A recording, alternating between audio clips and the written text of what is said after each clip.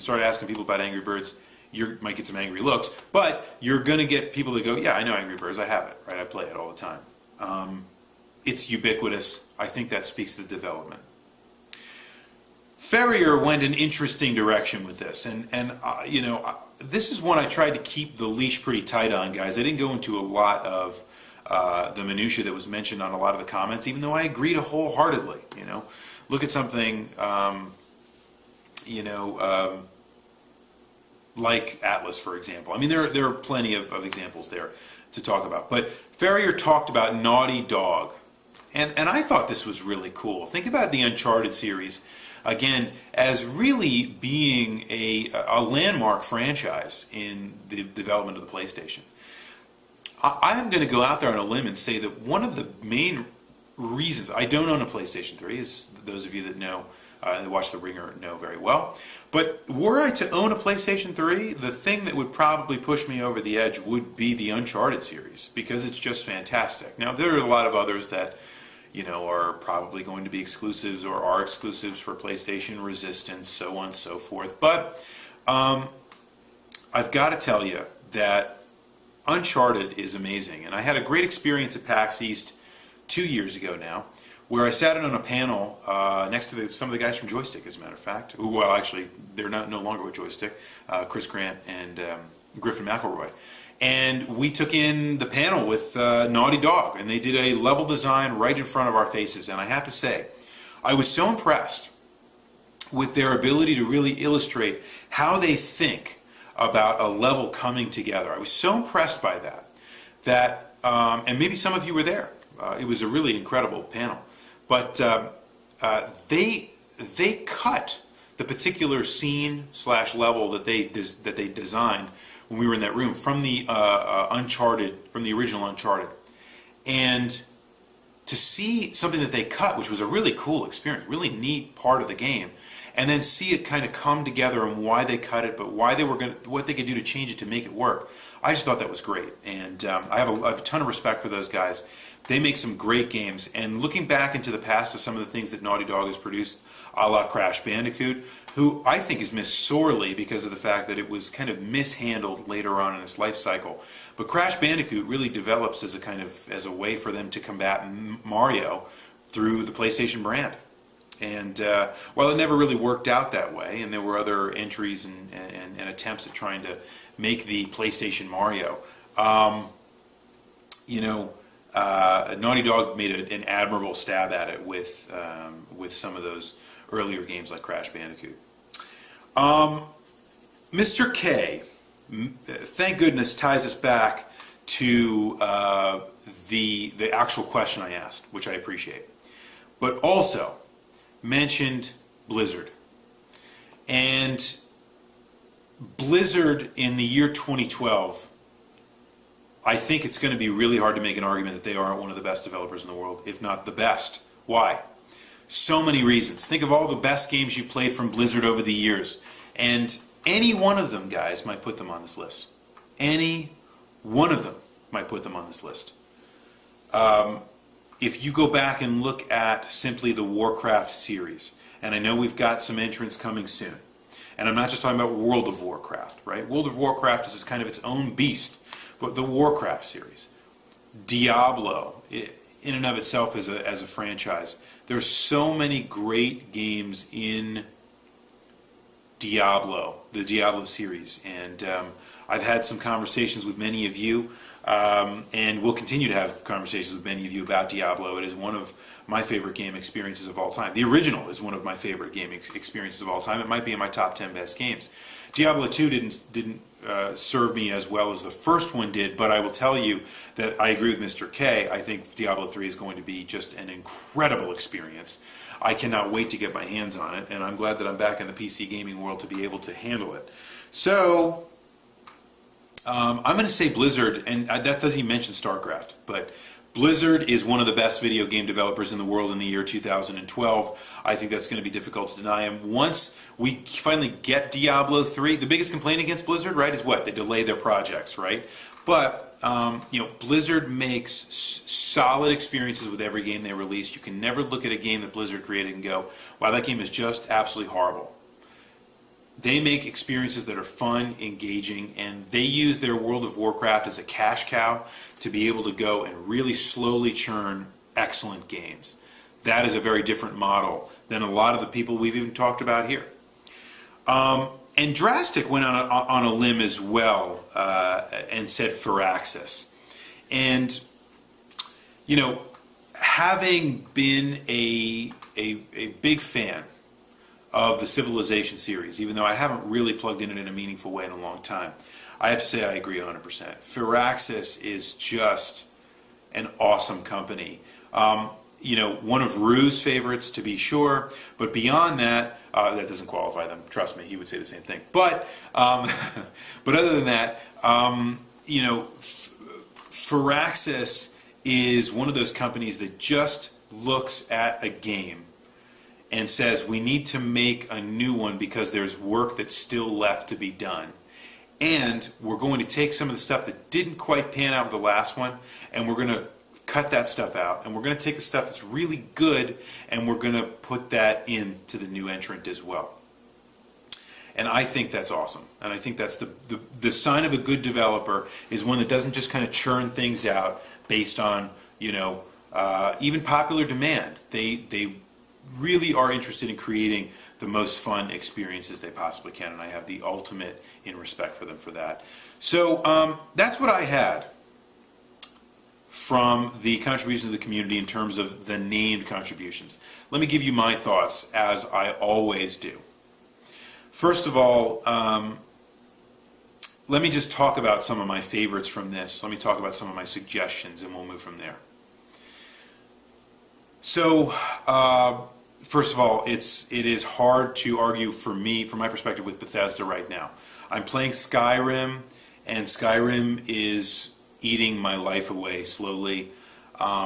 That's not saying much, though, guys. I don't have a lot of free time, and you know, but I find myself plugging into Skyrim for 15 and 20 minutes at a time, just to because I have a free minute and I just want to do something, and I'll go and just accept a quest and run around. It's probably not the best way to play, but even with that limited exposure, Skyrim is incredibly engrossing. Every time I turn to play Skyrim,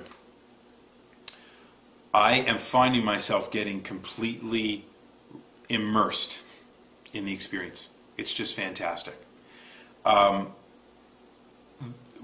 can I say that? I don't know, technically, how they were able to achieve the vastness of Skyrim. It's so large. It is so incredibly huge. The experiences, quest levels, the ways that you can do so much in the game. I find that kind of a game to be what most companies would consider a magnum opus. That being said, I am absolutely positive that Bethesda is using Skyrim right now as a launching off point to make an experience that's even greater, even more immersive, and even more expansive. I think it's fantastic. Here's one of the reasons why I got fed up with JRPGs and why the American RPGs are rocking the world right now. Why Bethesda is crushing everything with Skyrim, and why Final Fantasy is not selling nearly as well outside of Japan as it has before. The American RPGs, a la Skyrim, are not overwhelmingly daunting, even though there's so much to do. Let me phrase this the best way. Is Skyrim a linear game? No. Is it a sandbox game? Yes, you can really do almost anything. Is it really and truly? No, it's not. Because it's fairly easy to understand what you can do. And by the way, you can drop everything else, and you can just pick up this piece and, you know, pick up a weapon, pick a class, pick a race, and go. You can just do that. And that still might take you 20 hours to beat Skyrim that way.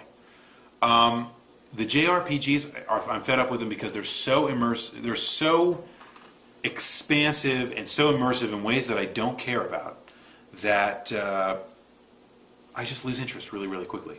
You know, am I going to be cooking in Skyrim anytime soon? No, I'm not. I mean, you know, it's fun, it's interesting, but I'm not. That's not like the card games in Final Fantasy VIII. I had no desire to do that, guys. None. There's no desire to draw. I mean, it's just none. You guys get what I'm saying. The point is, the American RPG really rocks, I think, because of Bethesda. The experiences are just awesome, and they're right at the top of my list right now. Nintendo is impossible to argue with. I've already talked at long length with this. Nintendo has got to be one of the most consistent game studios in history. They might not be the best developer right now, but I think it's tough to argue that they're the best game developer of all time. I'm just going to throw that out there, guys. I think I'll put my neck out there and tell you that I think Nintendo is the best of all time. Are they the best right now? Maybe. Let's go through some others. Blizzard. Impossible to ignore Blizzard. They have made and will continue to make some of the greatest experiences I've ever had. Let me go on to some other ones that I thought of. Valve. Now, I think somebody mentioned Valve, but they didn't put it as their choice. Valve is absolutely, unequivocally one of the best game development houses in the world. They do Blizzard-level experiences without having the cash cow experience of the World of Warcraft. They do have Steam, though. And Steam, as I found it to be, it is just the best way I can find to get new games and to really jump in. They just have the model nailed down, guys. I think there are so many companies that could learn from how Steam and Valve work with Steam to really produce the best gaming platform out there that in terms of procurement and in terms of really starting that process. I just think it's great, and I think what Valve has done from a developer's standpoint in bringing other developers to prominence. Think about how many independent games are available on Steam. That's awesome, right? Now, I know they didn't develop those games, and that's probably not a part of the argument, but I think it's got to figure in somewhere because they're a developer that just helps other developers be great. That's awesome. But Valve in Half-Life, Valve in Portal, and I know you can make an argument that those things all kind of tie together. Valve in Team Fortress, right? Think of all the things that Valve is doing, has done for the online community that just are leaps and bounds ahead of everyone else. And I think they've got to be on the list. I am so very happy with every Valve game I've ever played. And I have to say, I think they're one of the best. I'm going to go out on a limb here, and I'm going to say a couple more that I think warrant mention in the year 2012. One is ArenaNet. I say that because Guild Wars is just far and above, I think, has done more to really move the genre of MMOs forward. And Guild Wars 2 is going to do this in a tremendous way, I think. They are really going to help push the genre forward with Guild Wars 2. I played some of it, and I think it really does the best of what Skyrim does mixed into an MMO. I'm not particularly an MMO kind of guy, but Guild Wars is so good it sucks me in. They have done awesome work, and I think Guild Wars 2 is really going to push that envelope, and that's why they deserve to be on that list. I think you could make an argument for someone, and I'm going to go out on a limb here too and say something like Mojang, and I know many of you are probably expecting that because of my deep love of Minecraft. I'm going to withhold judgment on these guys because Minecraft is an awesome idea. Does it warrant mention on the best developers in the world? Probably not. I don't think so. I think it does a lot of great work. I think it pushes the medium forward. I think it could really do a tremendous amount to help a lot of people come to video games that would not otherwise come to video games. However, let's see what Scrolls does before we I guess crown them as the best. Anyway, so those are just some of the things I've been thinking about. If I'm going to go with the best developer of 2012, or at least right now, I think there's going to be a lot of really difficult arguments to make here. Any of these would be a great choice. Any of these would be right at the top of anybody that knows anything about video games. It's going to be on the top of their list. But I'm going to go ahead and say it. I'm going to go with Nintendo. I know that many of you went there as well. I just don't think any other company really has the capability to develop the breadth of games that Nintendo develops with the same kind of quality in mind. You know, some of the titles that Nintendo has put out, even of recent, that have really done some great work, like in older genres, like New Super Mario Brothers, for example. That's just great. I mean, it's hard to imagine